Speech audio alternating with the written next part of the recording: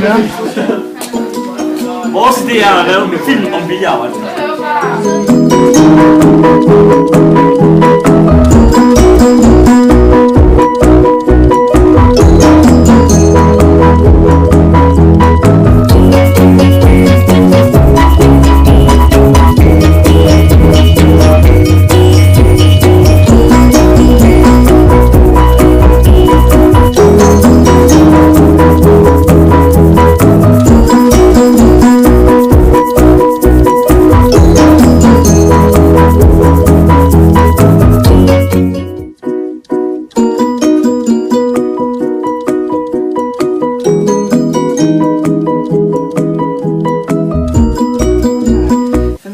Helt fantastisk, altså de tog jo mig med til gymnastik og til byfester og til det hele, altså, og på den måde så lærte jeg jo nogle mennesker at kende, og danskernes måde at leve på at kende, altså det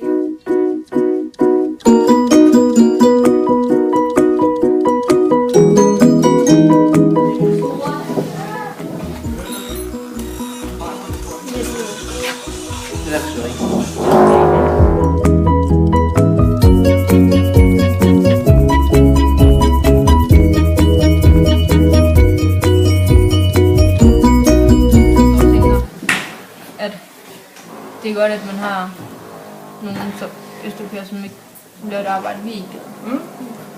Og så. Ja. Kan vi så? Hvor glade de er. Og så prøver vi også den der, ham der aften her med, at de fik den der stamtning her. Ja. Hvor glade de gør. Lad være med at lytte til de veninder, veninder. Lad være med at lytte til de veninder, veninder. Lad være med at lytte til de veninder, veninder. Lad være med at lytte til de veninder. Hvad er ideen med dette hus?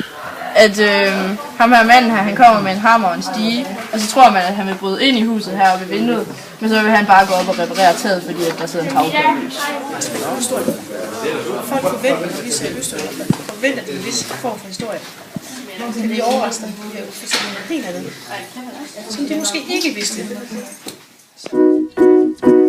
Det er sådan lidt ligesom, jeg ved ikke om I har set de der frygtreklamer, sådan med ham der, som, hvor han tror, han vil tage ud efter hende der dame der, hvor de går i det der tog der, hvor de starter derinde, og så glemmer hun sin taske, og så går hun ud efter hende med den. Så det er det sådan lidt med, at man først tror, at de laver noget skidt, men så at de alligevel laver noget godt, sådan noget positivt. Så. Hvorfor går vi rundt og tror, det er så vigtigt at lave den million? Du kan få masser af succes, men hvad det værd, hvis ikke du deler det med nogen? En du kan stole på, en der siger ro på, en der vil have dig som du er, om du er fattig røv eller millionær. Have dig i solskin og modvind.